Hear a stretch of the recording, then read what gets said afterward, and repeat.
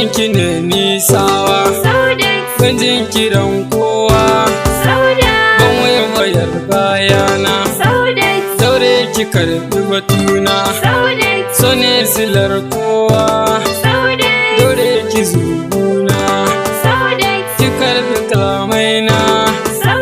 na so da ƙauna,